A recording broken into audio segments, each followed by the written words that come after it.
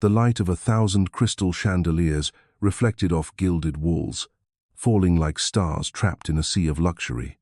The city's elite gathered at the Savoy Grand Ballroom, the most opulent hotel in London tonight. Sleek-smiled businessmen, composed politicians, ladies draped in heavy jewels, all blended into a painting of dazzling pretense. Amid the splendor, small eyes watched quietly from the second-floor balcony. Only 9 years old, Sophie Laurent pressed herself against the cold marble railing. Her heart raced, but the small phone in her hand remained steady. Sophie knew that the most critical moments in life often happened when adults believed no child was clever enough to notice, and she had lived long enough to know it was true. Below, the main stage gleamed. Like a river of light, a woman in a deep purple gown stepped up to the podium. Amara Diop, London's most celebrated event designer, stood tall, her voice resonating across the hall. "Ladies and gentlemen, on behalf of the organizers, I want to thank every generous heart that has contributed to tonight's charity gala. The funds will go toward building a new pediatric ward at the Royal Hospital. No matter how small, every gift is a brick in the foundation of hope." The hall fell silent, then erupted into applause. Amara was always like this, steady, magnetic, and able to make every space she entered feel less cold and less false. Sophie's heart tightened. 3 years ago, Amara had been the only one to braid her hair and read fairy tales to her when Edward, her father, was lost in nights of drinking. Amara had called her "my brave little girl" and given her the love her father never knew how to offer. But that ended when Edward Laurent coldly cast Amara out of their Surrey home, replacing her with a younger, prettier face, Clara Moretti. Only 6 then, Sophie had stood on the staircase, watching Amara pack in silence. Before leaving, Amara had looked up, caught Sophie's gaze, and whispered, "Be strong, my girl." That whisper had become the flame that kept Sophie alive through 3 long, freezing years. The music suddenly dipped, replaced by a shrill, all-too-familiar laugh. Sophie shuddered as her father Edward Laurent strode into the ballroom. At 40, Edward still gleamed with arrogance. A flawless 3-piece suit, perfectly groomed blonde hair, piercing blue eyes. Beside him clung Clara Moretti, a 24-year-old Italian heiress, daughter of a pharmaceutical tycoon. Clara giggled, clutching Edward's arm like she had conquered a kingdom. Edward walked straight to the front row, shaking hands with London's mayor, flashing smiles at Swiss financiers. He radiated the aura of a king without a crown, and Sophie, though only a child, understood that his power was built on fear and manipulation. Everything flowed smoothly until Amara prepared to introduce the auction. Suddenly, Edward stood, raised his champagne glass, and boomed, "Oh, my friends, shouldn't we give a round of applause for Amara Diop, from housemaid in my home to London's leading event designer?" A few scattered laughs, but mostly silence. Sophie bit her lip. She had heard that tone at home thousands of times, aimed at servants, rivals, and worst of all, Amara. "Indeed," Edward went on with a smirk, "anyone who's ever hired Amara knows. She's skilled at appearances, but hollow inside, much like our marriage was. A coat of paint over emptiness. Isn't that right?" Clara tittered. A few ladies gasped behind their hands. The ballroom tightened like a drawn bowstring. Amara froze for a heartbeat. Then she lowered the microphone and strode toward Edward. Under the lights, she seemed taller, radiant, unshakable. "Are you?" Amara said, her voice sharp as silk torn in two, "planning to repeat the words you used that night when you slapped me for being praised in front of a partner? Or perhaps tell them how you forged my signature on the postnuptial agreement?" A wave of whispers surged. Even Clara stiffened. Amara stepped closer, eyes unwavering. "My mother was a nurse, my father a teacher.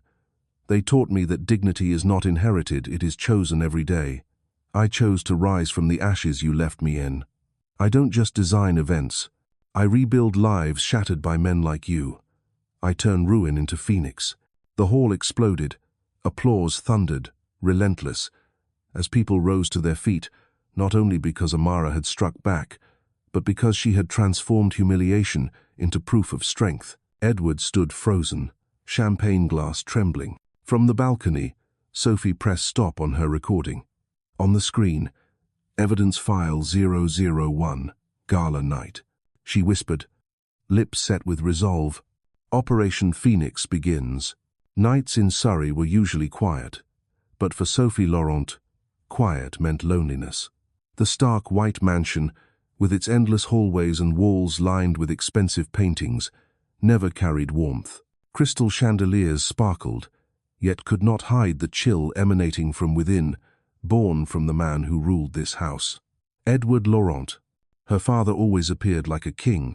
His footsteps echoed across the marble floor, and each time they did, everyone in the house from butler to chef to maid would instantly tense, adjust their posture, and avoid his gaze. Sophie had learned that early. Avoid his eyes, avoid saying anything that might displease him. But it hadn't always been that way. She remembered vividly the days when Amara Diop was still there. That woman had turned Sophie's bedroom into a fairy tale garden, hand-painted wall constellations, bookshelves overflowing with comics and children's novels. At night, Amara would sit by her bed, gently braiding her hair into long plaits, and reading stories of brave brown-skinned warriors and princesses who stood up to defend themselves. You know, little one, Amara would say, people may take your home, your money, even your reputation.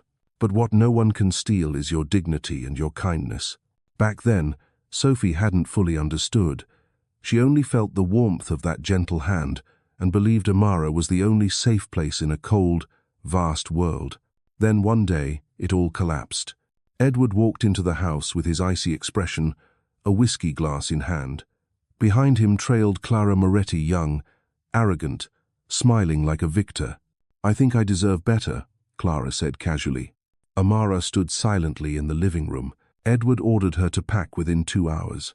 As Amara slowly folded dresses into her suitcase, Sophie stood on the staircase, tears streaming down her face. Amara looked up, caught her gaze, and mouthed the words, "Be strong, baby girl." Just 4 words, but they carved themselves into Sophie's soul.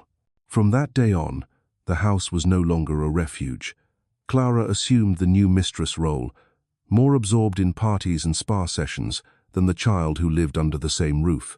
Edward grew ever more distant, treating Sophie as an accessory, summoned only when he needed to project an image of family happiness and otherwise left in the care of a nanny. Some days, Sophie sat alone in the vast dining hall, and the only sound was the clinking of forks and knives on her plate. No one asked how school had been or noticed she was losing weight from skipping meals. Clara occasionally glanced at her only to remark, "Don't overeat, darling. You need to keep a figure like mine." But Sophie wasn't only sad. She began to observe. At 6, she learned to use an old phone to record Edward's shouting matches. At 7, she hid a tiny camera in the hem of her dress, snapping pictures of him drunkenly hurling bottles against the wall. By 8, she knew how to copy documents from his study using a pocket scanner. All of it was stored in a secret folder, Operation Phoenix. She had chosen the name to honor Amara's words. The phoenix rises from ashes. If her father wanted to destroy, then she would rebuild. She would gather each speck and kindle them into a new flame if he tried to turn people to dust. On certain nights, Sophie sat by the window, gazing at the misty garden, recalling Amara's embrace. In her self-drawn notebook, she scribbled, May 14. Father yelled at the butler for breaking a glass. Butler cried. I recorded it. June 2. Father called Amara trash from the slums. I remember Amara's mother was a nurse. A nurse saved lives. Who's really the trash? July 7. Clara called me a nuisance. I feel like a shadow in this house. The words were childish, but carried resolve. Sophie understood that she couldn't be loud when fighting her father. She had to be silent like a seed buried in the soil, waiting for the right moment to break through. One evening, when Edward hosted friends for dinner, Sophie sat in the corner pretending to read. He raised his glass, boasting, I've taught my daughter to be strong. There's no place for weakness in the Laurent line. Sophie quietly pressed the record button. In her mind echoed Amara's lesson. Strength isn't forcing fear onto others. Strength is rising after you fall. That night, Sophie transcribed the recording titled Lesson of Fear. By turning 9, Sophie had dozens of files, recordings, photographs, and even emails Edward had sent to his lawyer, bragging about hiding assets in Swiss accounts. She had learned to encrypt data, storing it on a hard drive hidden beneath her bedroom floor. The nanny thought Sophie was simply fond of computers, never suspecting she was building an archive of evidence. Sometimes Sophie wondered, am I being too cruel? I'm only 9, why do I think like a spy? But then she remembered Amara's face the night she left, proud yet wounded, and knew this was the only path. One rainy night, Sophie replayed the gala video, where Amara had stood up to her father. She placed her hand on the screen and whispered, I'll bring you back. I'll show the world who Father truly island. I'll build the fire he can never extinguish. At 9 years old, Sophie Laurent was no longer an innocent child. She had become the architect of a war. Early Monday morning, the Laurent estate in Surrey lay under a thin veil of mist. Outside, the neatly trimmed lawns and marble statues looked like soulless sentinels. Inside, everything gleamed, yet the air was as heavy as a funeral parlor. In the main bedroom, Clara Moretti yawned and rose from the silk-draped bed. She noticed a stack of papers on the nightstand, each stamped in red. Service cancelled, contract terminated. What is this? Clara flipped through them, her heartbeat racing. The florist had withdrawn. The catering team had cancelled. The engagement party venue declared it no longer available. Edward's voice echoed in her head. This party must be perfect. We need to win over the Morettis and the investors. Clara knew. If everything collapsed, Edward would never forgive her. Upstairs, in a quiet room, Sophie Laurent closed her laptop, lips curved into a small smile. For 3 weeks, she had called vendors pretending to be Clara's assistant, sent polite yet razor-edged emails, and dismantled every arrangement. She had even fed a society blogger the rumor that the Laurent Moretti engagement party might be cancelled due to chaotic preparations. The plan had reached perfection. Clara would be forced to beg for help, and Sophie had already prepared a name for her to call. "Oh God," Clara shrieked, bursting into Edward's study. "Edward, I don't know what happened. The caterer refused, and the decorator quit. I swear it wasn't me." Edward looked up from his papers, his eyes cold as steel. "You're incompetent. I warned you. Don't humiliate me before the elite." Clara burst into tears. "Maybe we can find someone else, an event professional, someone who can save this." At the doorway, Sophie, pretending to hold a school notebook, slipped in with an innocent tone. "I remember someone. Her name was Amara Diop. She once organized my birthday in just 2 days. It was prettier than any fairy tale castle." Clara's eyes lit up. Edward snapped, "Never. I will not see that woman in this house again." But his furious reaction only planted more fear in Clara's heart. She knew, the stronger Edward's protest, the more capable Amara must be. And Clara understood well better to endure Edward's jealousy than his wrath when the party failed. 3 hours later, Clara stood secretly on the terrace, phone pressed to her ear. "Miss Diop, I need you. I know you and Edward have history, but I beg you to please take this on. I'll pay triple. No one but you can save the party." Amara's voice was calm on the other end. "Miss Moretti, my schedule is already full. I'm not sure." "Please," Clara interrupted, her voice trembling. "Even Edward's daughter, little Sophie, said you're the only one who can help." There was silence. Sophie, watching from the second-floor balcony with a book in hand, knew Amara couldn't refuse when her name came from Sophie's lips. Finally, Amara answered, "Very well, I'll come." Saturday morning, the iron gates of the Laurent estate swung open. A sleek black car pulled up, and Amara Diop stepped out. Her navy dress hugged her frame, her posture unyielding as though she had never bowed to anyone. Sophie had arranged to be the first to greet her. She sat on a wooden bench in the rose garden, wearing the dress Amara had given her 3 years ago, the one Edward had tried to throw away, but Sophie had hidden like treasure. When Amara saw her, a tender smile broke across her face, touched with wonder. "Sophie, you've grown so much." Sophie ran to her, clinging tightly. "I missed you so much." For the first time in years, Sophie allowed herself to cry like a child, safe in Amara's arms. The sharp clack of heels echoed. Clara appeared, shrill. "Sophie, don't bother Miss Diop. She's here to work, not to indulge in old feelings." Amara turned, her eyes sharp but her voice soft. "It's all right. Children need affection, especially when they've been starved of it for too long." Clara frowned, but said nothing. For now, Amara was her only lifeline. Stepping inside, Amara faced Edward. They stood silently for several seconds, like rivals meeting again on a battlefield. Edward's fists clenched, but Amara only gave a calm smile. "Mr. Laurent, I am here at Miss Moretti's request. If you object, speak with her. As for me, I have 48 hours to turn this mess into a proper ceremony. Now, if you'll excuse me." She walked on, leaving Edward frozen in rage. Upstairs, Sophie quietly pressed record on her phone.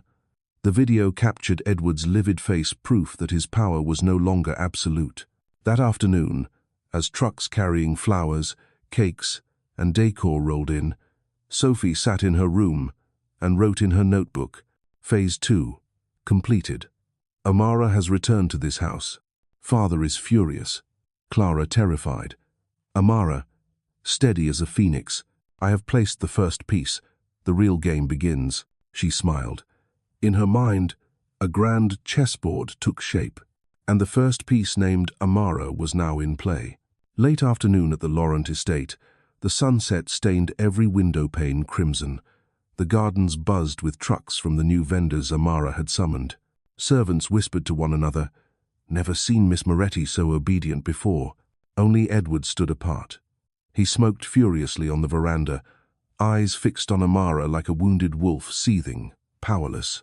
From her upstairs window, Sophie observed it all, her small hand resting on the thick notebook, Operation Phoenix. Her plan was to bring Amara back and secure allies, adults powerful enough to shield her when the decisive moment came, and she had chosen her target, Julian Hartman. Julian Hartman was unlike other tycoons. He rarely appeared in tabloids and never flaunted young mistresses at parties. Instead, society pages caught him quietly, handing extensive checks to charities or sitting among students discussing entrepreneurship. Sophie had noticed. Wherever Amara organized an event, Julian was there, always standing discreetly at a distance, his eyes betraying admiration. Even at 9, Sophie understood this was more than respect. It was affection. While Amara arranged flowers and Clara fussed over gowns that night, Sophie opened her laptop. She composed an email, posing as the event organizers, inviting Julian to the Laurent Moretti engagement party. At the bottom, she added a handwritten line, imitating Edward's style, "Your presence would be an honor to our family, especially as Sophie deeply admires your charitable work." Sophie knew Julian would never refuse a note that mentioned her, and as expected, the reply came the next morning. "See you Saturday evening. J.H." At the same time, fate handed Sophie another golden chance. One evening, Edward, drunk, forgot to lock his study. Sophie slipped inside. The room reeked of whiskey and tobacco, its walls crowded with oil paintings flaunting lineage. She knew exactly where the safe was, behind the portrait of Henri Laurent, Edward's father. Her small hands trembled but moved with precision. She entered the code. The safe clicked open. Inside were cash, property deeds, and a worn leather folder. She opened it. Letters, all dated, all signed, all addressed to Amara Diop. None had ever been sent. Sophie read them, her breath caught. "Amara, tonight I struck you. You looked at me like I was a monster, and I still did it, because power tasted sweeter than love. Tomorrow, I'll bring the lawyer. You'll walk away with nothing, but I know you'll rise again. That is what I hate most about you, you never fall. I see Sophie growing more like you every day, and I hate it. You've stolen her from me with the love in your eyes, a love I never had. I'll destroy her one day, just as I destroyed you." Twisted words, part confession, part curse. Sophie felt as though a hand had clenched around her heart. She photographed every page and saved them to her secret hard drive. This was more than evidence of abuse, it proved. Edward knew his own crimes, yet chose them anyway. Footsteps echoed in the corridor. Panicked, Sophie shoved the letters back, closed the safe, pulled the portrait over it, and darted behind the curtains. The door burst open. Not Edward. Isabelle Laurent, Edward's sister. Tall, hair tied back, eyes stern yet gentle. She looked straight at the curtain and said softly, "Come out, Sophie. I saw you on the security cameras. Don't worry, I erased the footage." Sophie stepped forward, lips pressed tight. Isabelle sighed. "You're searching for evidence, aren't you?" The girl nodded. "You're only 9, Sophie," Isabelle whispered, kneeling to meet her gaze. "But you are nothing like your father. You're like Amara. Resilient, clever, and full of compassion. If you need an ally, remember, I am here." Sophie stared into her aunt's kind eyes. For the first time, she felt she was not completely alone. That night, as the mansion's lights dimmed, Sophie wrote in her notebook, "Julian Hartman, the bright peace. One day, he will protect Amara. Isabelle, blood ally. One day, she will protect me." The letters, the sinner's confession. One day, they will burn Edward to ash. She set down her pen and closed her eyes. A phoenix spread its wings in her mind, blazing against the night. This was no longer just revenge. It was a rebirth. Saturday morning, the Surrey sky was clear, so bright that every secret would be laid bare in the sunlight. Usually cold and silent, the Laurent estate had become a construction site. Trucks streamed through the gates, carrying fresh flowers, rolls of silk, and hundreds of brand-new crystal chandeliers. At the center stood Amara Diop, tablet in hand, her voice firm and commanding. "Shift table 3 half a meter to the left. The red roses aren't enough. Replace them all with more elegant and pure white orchids. The main entrance must be covered with deep navy velvet, not red. This is an engagement, not a movie premiere." The staff obeyed without hesitation, as if an entire army had finally found its true general. At first, Clara Moretti fretted, but as the chaos transformed into splendor, she sighed with relief. "She really is brilliant," Clara murmured, torn between admiration and jealousy. Edward Laurent, by contrast, was flushed with fury. He stormed onto the veranda, finding Amara overseeing silk drapery hanging across the ceiling. "What are you doing here?" Edward growled, struggling to contain his anger before the staff. Amara didn't bother to look up. "Saving your party. No need to thank me, stay out of the way." A few workers couldn't suppress their smiles. Edward clenched his fists but could do nothing. From the second-floor balcony, Sophie filmed the entire scene, adding a note to her phone, "Evidence file 027. Amara publicly humiliates Edward, again." That evening, the party unfolded exactly as Amara had promised. Flawless. Light from 1,000 bulbs danced across navy velvet drapes, transforming the grand hall into a mythical garden. Over 200 guests, politicians, tycoons, artists marveled as they entered. One woman whispered to her husband, "Who would have thought, after all the chaos, the Laurent's party could look this stunning? Who's behind it?" "Amara Diop," her husband replied. "The very woman Edward divorced in scandal." "How ironic." The words spread like wildfire. Groups of guests murmured, comparing Amara to Clara, praising the former wife in front of the new fiancé. Sophie walked past, her hidden microphone in her braid, recording it all. When the time came to cut the cake, Clara trembled as she held the microphone. "Thank you all for joining us tonight. This evening could never have succeeded without the excellence of Miss Amara Diop." Thunderous applause erupted, long and sustained. Amara stepped forward, bowing gracefully, her gaze calm yet profound. Across the hall, Edward sat, face stiff as though he had been slapped. Sophie quietly raised her phone, recording Evidence File 033. Society applauds Amara, not Edward. After the applause, Edward slipped onto the balcony, cigarette clenched in anger. Sophie had anticipated this. She had hidden a camera inside a potted plant. And sure enough, the moment came. Amara stepped outside for a breath of air. Edward lunged toward her, voice low but venomous. "You think you've won? You're nothing but a filthy stain in my life. I won't let you last. I'll buy off every venue, every partner. No one will dare hire you again. Then you'll crawl back, begging me. Amara met his eyes, unwavering. "Edward, you can tear up contracts, block my path, but you cannot erase the truth. I'm still here, I'm still standing, and every time you try to destroy me, you only make me stronger." In blind rage, Edward struck her. The slap cracked through the night. Amara neither wept nor fell. She touched her cheek, replying calmly, "Thank you. One more piece of evidence." Sophie's heart pounded from the shadows, but her hand on the remote camera was steady. She whispered, "Evidence file 034, physical assault." In her room, Sophie locked the door, powered up her laptop, and carefully sorted the new recordings into her secret archive. In her notebook, she wrote, "The web of evidence is complete.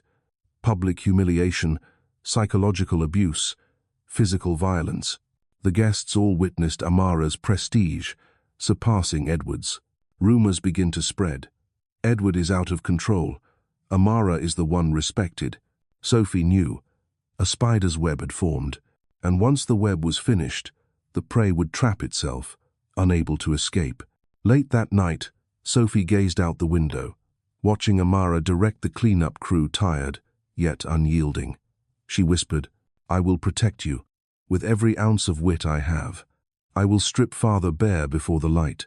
In her mind, the echo of hundreds of applauding guests still rang. Tonight, Amara had proven she could not be humiliated, and Sophie had proven to herself the plan was unfolding perfectly. The web of truth was tightening, loop by loop, around Edward Laurent. 3 weeks after the Surrey engagement party, winter had settled over London. Oxford Street glowed with Christmas lights, while at Claridge's hotel, the business elite gathered for the year's biggest event, the European Business Alliance Gala. This was Edward Laurent's familiar stage, where he once flaunted real estate projects, shook hands with politicians, and spread fear among rivals. But this year, no one expected the name to be honored would be Amara Diop. Sophie entered the grand hall with Isabelle Laurent, head held high. Her simple navy dress made her look like a model student, hiding the razor-sharp mind at work beneath. She had secretly manipulated the online voting, sent dozens of nomination emails from fake addresses, and even drafted a glowing letter praising Amara in the mayor's wife's voice. When the host announced, "The Entrepreneur of the Year award goes to Amara Diop," the hall applauded. Sophie glanced at Edward in the front row, his face dark, jaw clenched tight. Amara stepped onto the stage in an emerald gown, the lights making her skin glow like burnished bronze. Her voice resonated through the hall. "3 years ago, I lost everything. But when you lose it all, you discover you can become anything. I chose to rise, a phoenix from ashes. This award is not only mine, it belongs to everyone who has fallen and stood again." Applause thundered once more. Edward shot up, demanding the microphone. "This is a farce. This woman lived off my name. Without me, she's nothing. Every client she has, every scrap of reputation was mine to give." Murmurs rippled through the room, but this time, Sophie was ready. She pulled out her phone and connected it to the hall's big screens via the USB she had hidden earlier. With one tap, the screens lit up with a video. Edward, drunk in his study, boasting to his lawyer, "They'll never find the money." His voice slurred across the speakers. "And Amara? I made sure she walked away with nothing. That's justice." The hall went silent. Then, chaos. An investor muttered, "And we trusted him all this time." Amara needed no words. The truth had spoken for itself. Beside Edward, Clara Moretti trembled. She yanked off her engagement ring, slamming it onto the table. "You lied to me. You only wanted my family's money to patch up your filthy empire. I won't be your next victim." She rose, storming out of the hall, leaving Edward paralyzed. Sophie turned her camera toward him, recording every second of Clara's departure. She typed her note. "Evidence file N4 Clara publicly ends engagement." Then, a deep, steady voice rang out. "Ladies and gentlemen, I think it's time we recognize true value." All eyes turned to Julian Hartman. He stepped forward, shook Amara's hand on stage, his gaze filled with respect and something more. "Amara Diop has done more than build a business. She has rebuilt trust and restored dignity for those crushed underfoot. I am proud to stand beside her tonight. Applause erupted a third time, shaking the chandeliers. Sophie smiled, yachting in her notebook. Amara, honored. Edward, exposed. Clara, gone. Julian, public ally of Amara. And finally, carefully, she wrote one last line. The game has turned. The king is faltering. The phoenix takes flight. On a winter morning, the Old Bailey in London stood like a fortress, its grey stone columns towering, statues of justice silently watching every step. They called this place the heart of English law. To Sophie Laurent, it was the battlefield of destiny. Edward Laurent had filed for custody. He accused his sister, Isabelle Laurent, of kidnapping and manipulating Sophie, and claimed Amara Diop had brainwashed the child for revenge. For Edward, this was the last chance to reclaim control. The courtroom air was tense. To the right sat Edward, in a black suit, face still arrogant, though worn and hollow. To the left sat Isabelle, Amara, and Sophie Small, but sitting straight-backed, eyes burning like twin flames. The judge, a silver-haired woman with sharp eyes, opened the session. Today we hear the custody case over Sophie Laurent, age 9. The focus is not on assets but the child's best interests. Edward's lawyer, a plump man with a slick voice, rose. Your Honor, Mr. Laurent is the biological father. He has financial means, social standing, and legal rights. Meanwhile, the child has been unlawfully removed and subjected to the influence of an unrelated woman, Amara Diop. We submit that Sophie has been manipulated. Whispers spread. Edward nodded, lips curling in a smug smile. The judge turned to Sophie. Sophie, would you like to speak? You are not required, but the court will listen if you wish. Sophie stood. Her simple navy dress made her look like an ordinary schoolgirl, but her gaze was unwavering. Your Honor, I want to speak, because this is my life not for adults to bargain over. The room fell silent. She walked to the witness stand. The microphone was too tall. Isabelle lowered it. Sophie drew a deep breath and spoke clearly. My biological father, Edward Laurent, is not a parent. He gave me blood, but never love. He treated me like an ornament, something to display when useful, then discard when not. Edward shot up. Lies. She's been poisoning me. The judge banged the gavel. Order, Mr. Laurent. Sit down.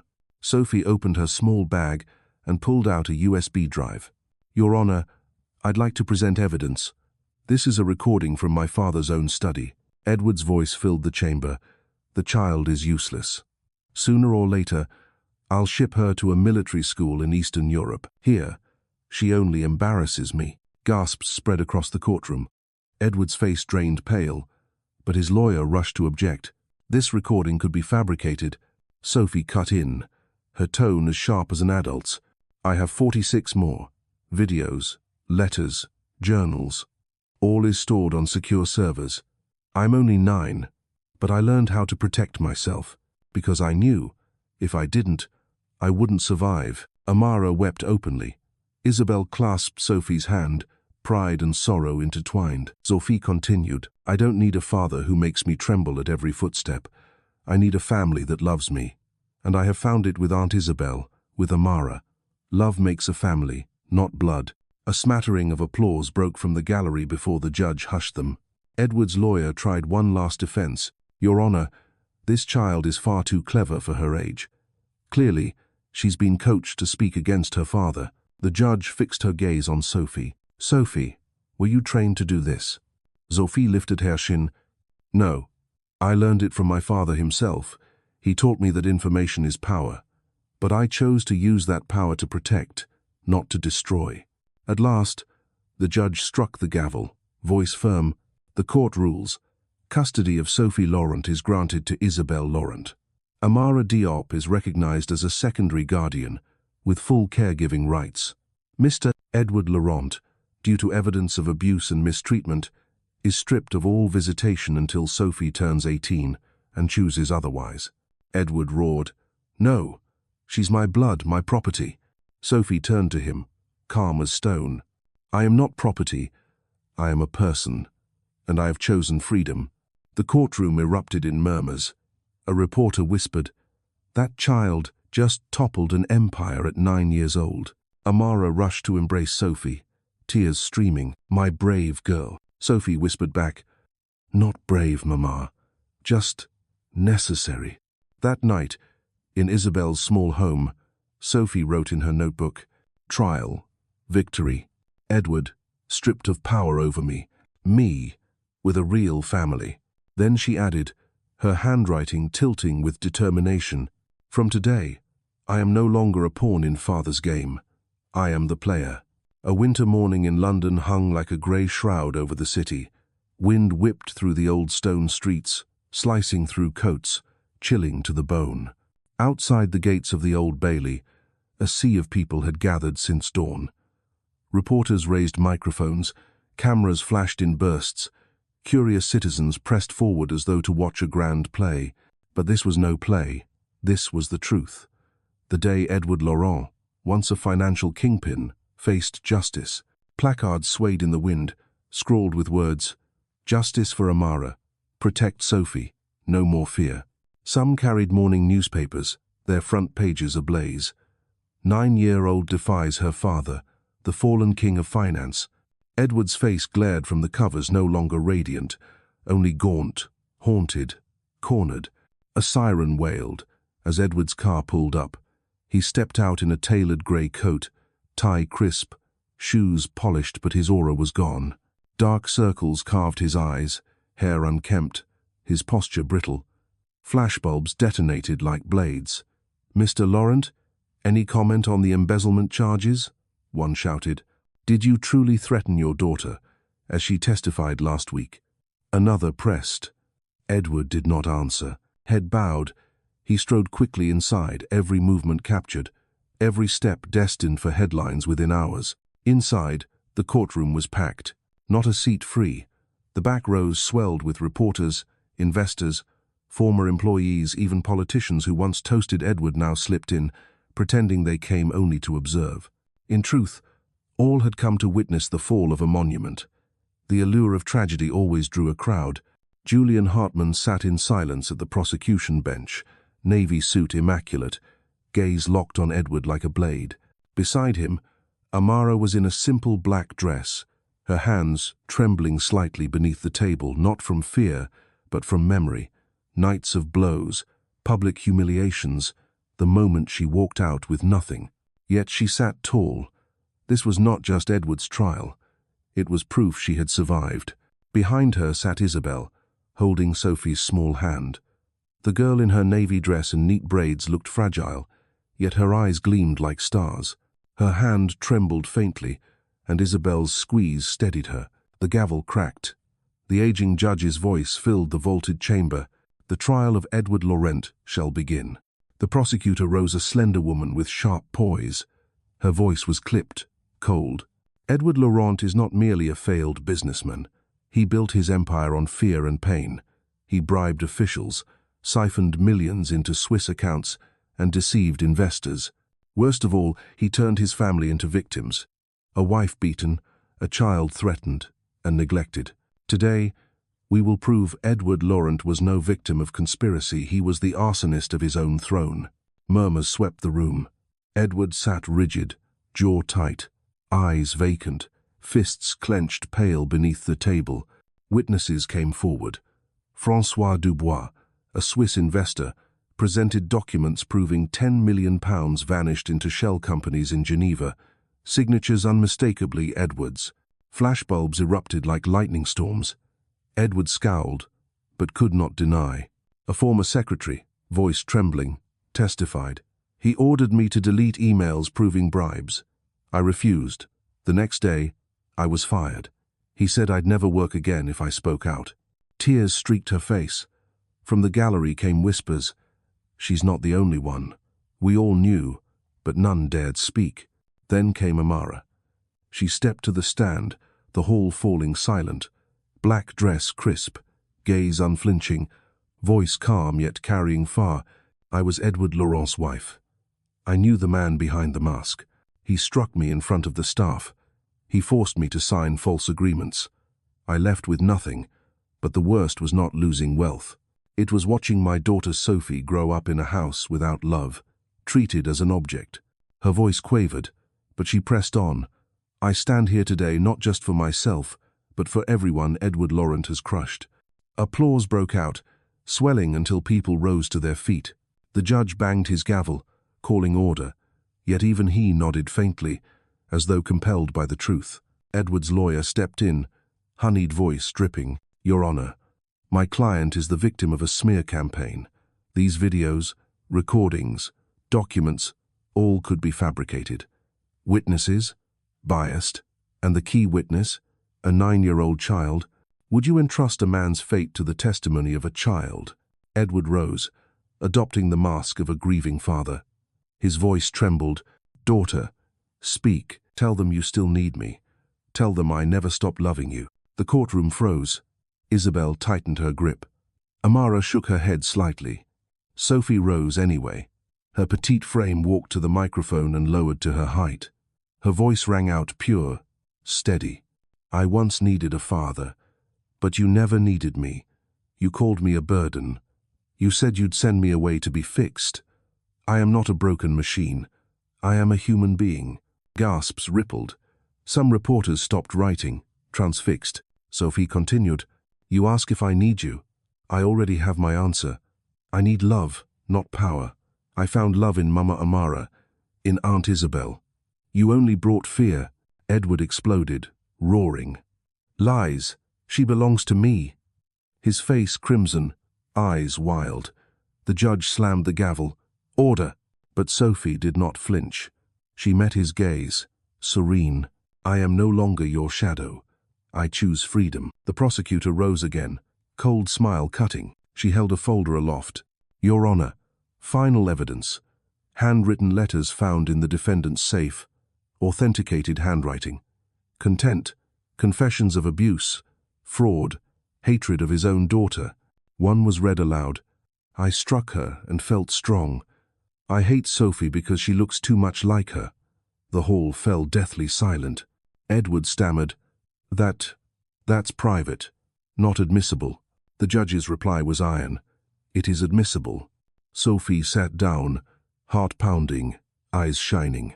In her mind, a phrase echoed, he is no king, only a man stripped bare before the light.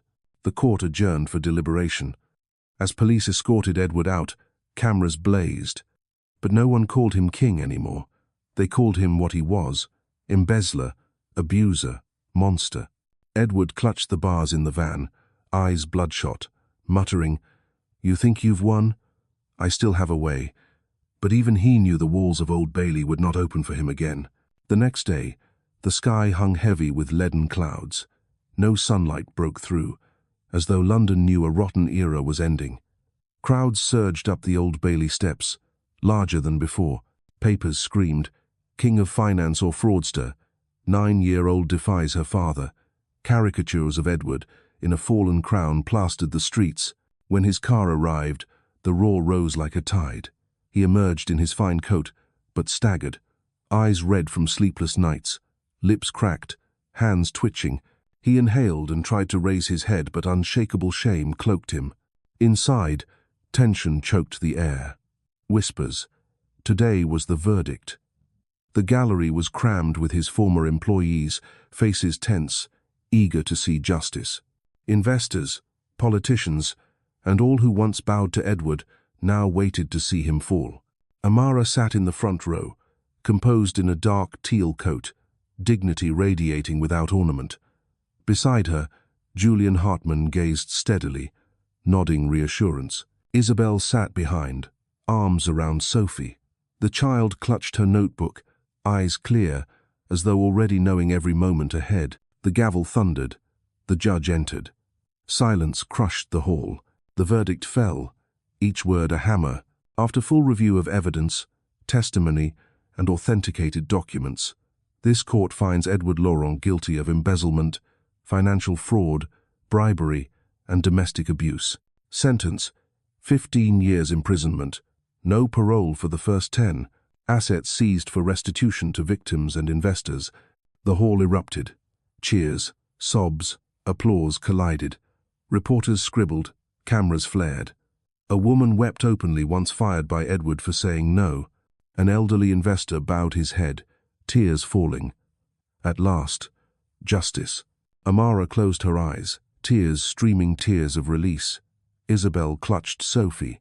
The girl's gaze never left Edward. He sprang up, pale, then crimson, sweat pouring.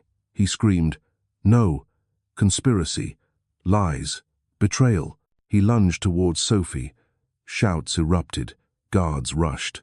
But faster still, Julian Hartman stepped in front, shoulders like a wall, eyes like ice. Edward faltered, reaching out with trembling hands, voice breaking, "Daughter, don't leave me. You're all I have." Sophie did not flinch. Her eyes shone, calm, neither angry nor afraid, not even pitying. Her voice rang clear, "I'm not leaving you. You left me long ago." The words sliced the final thread. Edward staggered, eyes bulging, mouth opening soundlessly. His body sagged, like a cracked statue collapsing. Guards seized him, cold cuffs clamped tight. The metallic snap rang out like a death knell. The hall erupted. Some shouted, some wept, some raised phones to capture the moment. Headlines were written in real time.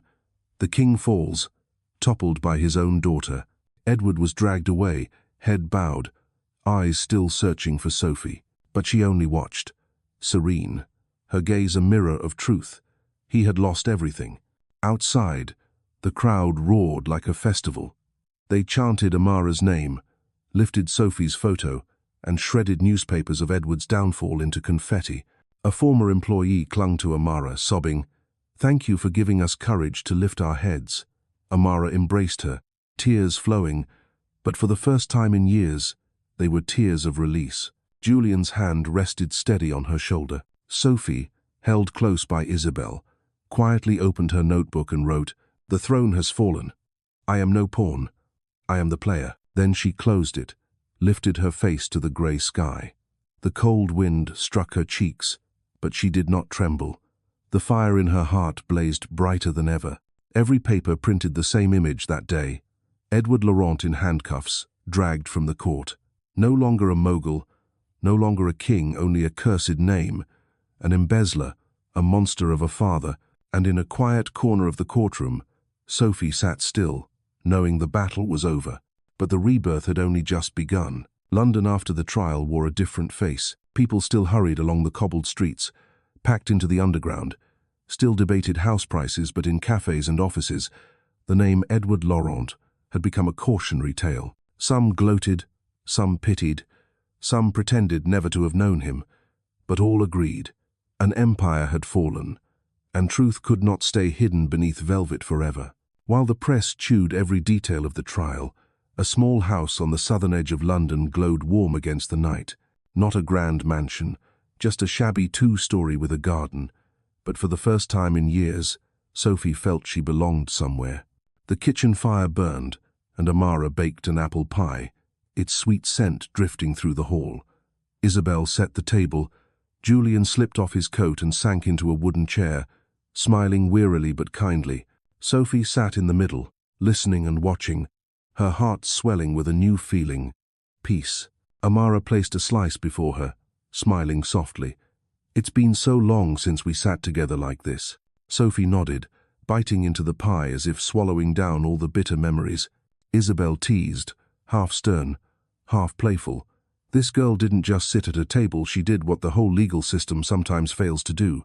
She made a powerful man bow. Julian chuckled, glancing at Sophie. "True, but now she needs to be a child again, not a miniature lawyer." Sophie blushed and looked down, but inside, she felt something lift. She had grown used to playing the adult, calculating every move, archiving every proof.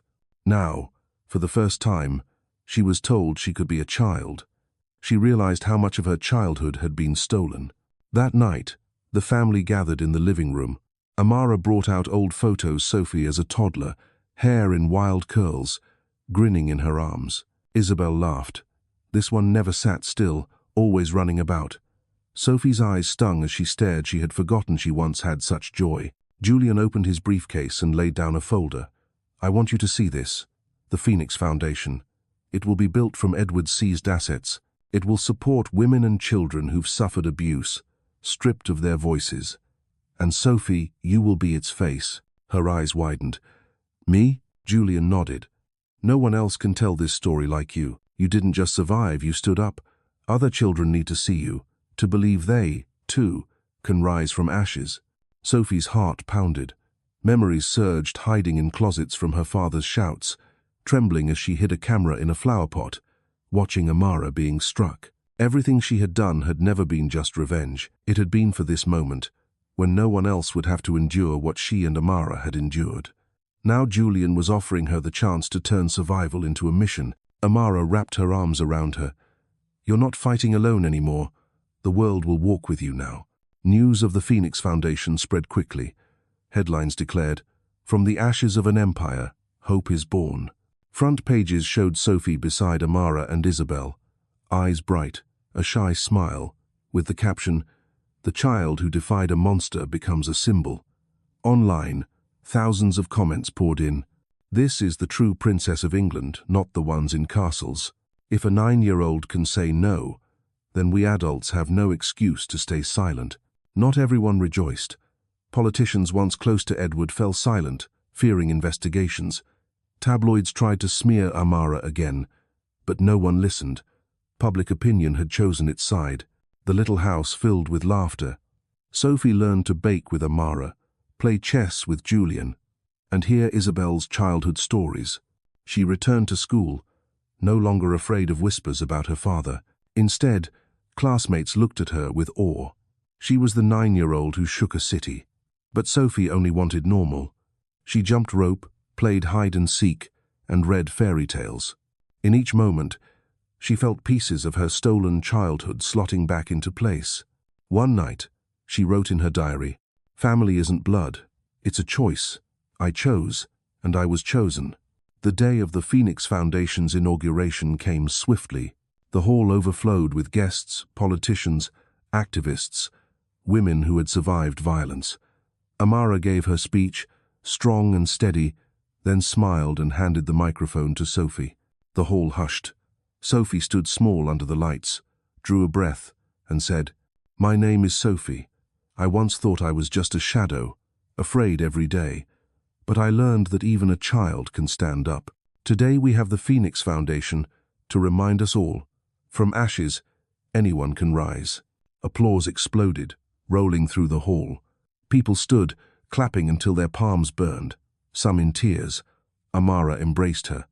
Isabel whispered, "This child proves love is stronger than blood." Julian's eyes burned with faith. That night, Sophie wrote in her diary, "Today I spoke for other children. Today I became the player, not the pawn. I have a chosen family, and that is the greatest victory." The press went wild, papers praised. A 9-year-old teaches society courage. TV shows clamored for interviews, but Amara refused most, accepting only community talks. "We don't need a spotlight," she said. "We need doors to open for the silenced." Still, Sophie's image spread. At school, classmates crowded her. "Did you really speak in court like that? Weren't you scared of him?"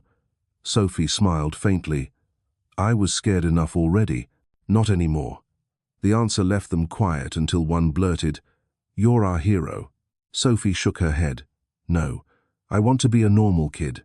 But inside, she knew, normal had finally begun. Evenings in the little house became a precious memory. Isabel is cooking, Amara is making tea, Julian is reading the paper, and Sophie is doing homework at the kitchen table. The sound of chopping, of laughter sounds she had never known in the old house. She wrote, "Home isn't high walls and chandeliers. Home is laughter and the smell of pie." Julian slowly became part of the family. He was quiet, never pushing, simply present. One evening, Sophie asked bluntly, "Uncle Julian, do you love Mama Amara?" The table stilled. Amara flushed, Isabel laughed, and Julian paused at Sophie's candor. Then he nodded, "Yes. But more than that, I respect her. If one day she wants me here, I'll be here. If not, I'll still be here in another way." Sophie smiled and scribbled, "Julian, the first man I know who loves without possessing. One afternoon, Sophie and Amara visited a shelter supported by Phoenix Foundation. Women with bruised eyes, scars hidden under scarves, children clinging to their mothers. Sophie sat with them and told her story not with big words, but as a child. I used to be scared too, but I found someone who really loved me. You will too. A 6-year-old girl ran into her arms. I want to fly like a phoenix, too. At that moment, Sophie saw that her mission was larger than defeating Edward to ignite belief. A tabloid tried again. Sophie, a puppet in Amara's hands. The backlash was immediate. A renowned journalist replied, "If that is a puppet, then I wish every one of us had such a child to teach us voice." Support surged. Phoenix Foundation received hundreds of donations, pennies, pounds, millions. One night, Sophie dreamed of Edward. He stood in darkness, crown shattered at his feet, hand outstretched. "You are mine." She woke sweating, heart pounding. Amara rushed in and held her. "No one can hurt you anymore," Sophie whispered. "I know, but sometimes I still hear him." Amara kissed her hair. "That is only a shadow. Light robs shadow of its power." Sophie wrote the next morning, "Light doesn't erase darkness, but it makes darkness powerless." Time passed. Sophie lived her age. She went on school trips, laughed in the park, practiced piano with Isabel, and talked for hours with Amara. Her notebook was filled with evidence and poems, sketches of phoenixes, and promises to herself. One page read, "Family is where you are chosen to be loved." And I was chosen. Her 10th birthday arrived. Amara hung paper lanterns in the garden. Isabel set the cake, and Julian carried in a big box. Friends gathered, laughter filled the yard. Sophie closed her eyes over the candles, wishing, "May every child in fear find a home like mine." When she opened them, Amara and Isabel watched her with love. Julian raised his glass. "Happy birthday, little phoenix. This is only the beginning." That night, after the guests were gone, Sophie sat under the apple tree writing, "I was born again not in the Laurent house, but here, with Mama Amara, Aunt Isabel, Uncle Julian, a chosen family, and I am the phoenix." Spring came slowly to London. From grey branches sprouted tiny green buds, fragile yet stubborn.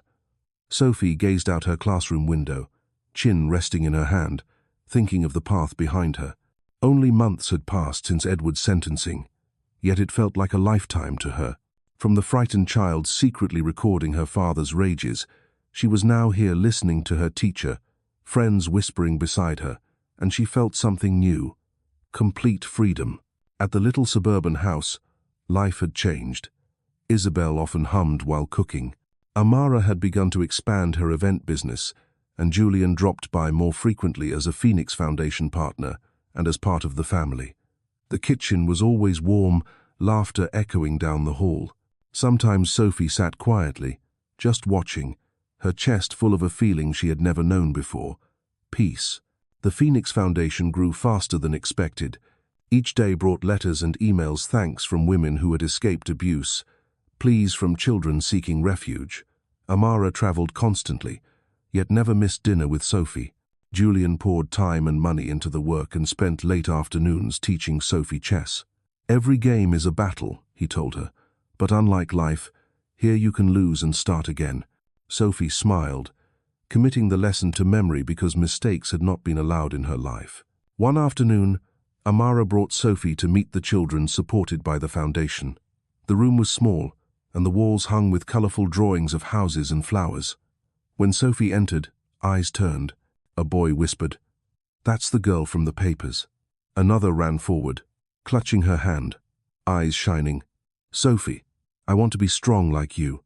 Flustered, she sat in their circle, simply telling about hiding in closets, her notebook, and the day she spoke in court. They listened, some crying. When she finished, silence fell. Then a 6-year-old girl stood and whispered, "I'll fly like a phoenix too." Sophie's heart tightened. She realized her story no longer belonged only to her. It was a key unlocking doors for others, but the past did not let go easily. One night, she dreamed of Edward sitting in his cell, eyes feral, muttering, "You are mine. Blood cannot betray." She woke drenched in sweat. Amara rushed in, holding her. "It's only a dream. Remember, you no longer belong to the dark." Sophie pressed into her, calming. The next morning, she wrote, "Darkness may return, but I have light, and light is enough." Time passed, and Sophie turned 10. Her birthday was simple lanterns strung along the garden trees, friends laughing, Isabel setting cakes, Amara taking photos, Julian gifting her a small watch. "Time is a friend," he said. "Don't let it become an enemy." Sophie closed her eyes and wished, "May every child have a home." She smiled when the candles went out and applause rang, stepping into a new chapter. Beyond their home, the world buzzed. The Laurent scandal no longer broke news, but analysis exposed his vast web of corruption. Politicians fell, officials resigned. People called it the Phoenix effect. A child stood up, and the system was forced to change. Sophie read the words with pride and unease. She knew she had lit a great fire, which was still burning. While Amara was away one evening, Sophie and Isabel sat in the living room under golden lamplight. Isabel asked softly, "Do you ever regret standing up?" Sophie shook her head, eyes older than her years. "If I stayed silent, Father would still be free. Others like me, like Mama, would still suffer. I couldn't let that happen." Isabel smiled sadly. "You should have been playing with dolls, not testifying in court." Sophie paused, then answered, "I still played, only I played chess with Father, and this time I won." Julian arrived, hearing the words. He rested a hand on her shoulder. "You've won the most important game. But remember, you don't always need to win. Sometimes it's safe and right to let yourself lose, so you can rest and be loved." Sophie looked up at him, realizing for the first time that not every moment needed to be a battle. The house celebrated when Amara returned, bringing news of a significant new grant. They laughed, sang, and danced in the living room. Sophie wrote in her diary, "This is family. Not cold walls, but hearts beating together." That summer, the Phoenix Foundation opened a new office in central London. Not a gleaming tower like Edwards Companies once occupied, but a renovated red brick building with a modest sign shining, "Phoenix Foundation, where new beginnings rise." Amara showed Sophie each room, intake, counseling, and play areas. The walls displayed drawings of phoenixes made by children rescued. Sophie touched one, a bird rising from ash, and whispered, "This is us." At the opening, Sophie was most moved, not by dignitaries, but by ordinary faces. A woman with 2 children thanking the foundation for safety, a 12-year-old boy saying he was back in school.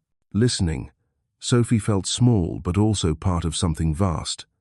That night, she wrote, "I no longer live just for myself. I live to remind the world, from ashes, people rise." She drew a little bird, wings spread. In September, school began. At an assembly on courage, the headmaster invited Sophie to speak. Nervous, she looked out and saw Amara, Isabel, and Julian smiling in the front row. She told of fear, feeling invisible, and learning to speak. "Courage doesn't mean you aren't afraid," she said. "It means you do the right thing while trembling." Applause thundered. Friends swarmed her after, hugging her. For the first time, Sophie wasn't just the trial girl. She was simply one of them with a story to tell. That evening, Isabel took Sophie to a nearby park.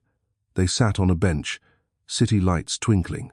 Isabel whispered, "At your age, I wish someone had told me family isn't always blood. Now you're giving that to others." Sophie leaned on her shoulder. "I just want no child to grow up like I did." Isabel's arms tightened, eyes shining. "You turned pain into strength. Only a phoenix can do that." Amara brought Sophie and Isabel to an empty lot, late in the year. A sign stood, "Phoenix House." Her voice shook. "This will be a shelter for women and children with nowhere else to go. A home for the homeless." Sophie looked across the field, imagining laughter, running children. She gripped Amara's hand. "You've turned darkness into light." Amara answered, trembling, "No, you did." At the groundbreaking, Sophie laid the first brick. Her small hand pressed it into wet cement. For a moment, she felt she was rebuilding her own life. Applause rose.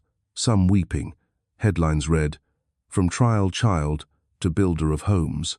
For the first time, Sophie saw her face on a front page and did not feel exposed, only proud. That New Year's Eve, the family gathered around the table. Amara poured wine for the adults and apple juice for Sophie.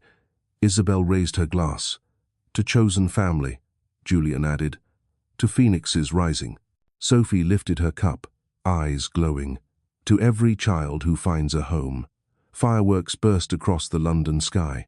Sophie looked up, light bursting in color, her heart swelling with hope. Later, alone at the window, her diary open, she wrote, "Once I gathered evidence to fight my father. Now I write to record rebirth. I am no longer a witness to darkness. I am a storyteller of light. I am the phoenix, and I have found the sky." Closing the book, she knew a chapter was complete. Edward Laurent was nothing more than a name in a file, a forgotten prisoner. But her new family, the Phoenix Foundation, the children they would help, this was only the beginning. And in her small but steadfast heart, Sophie whispered a promise: "I will fly, and I will help others fly too."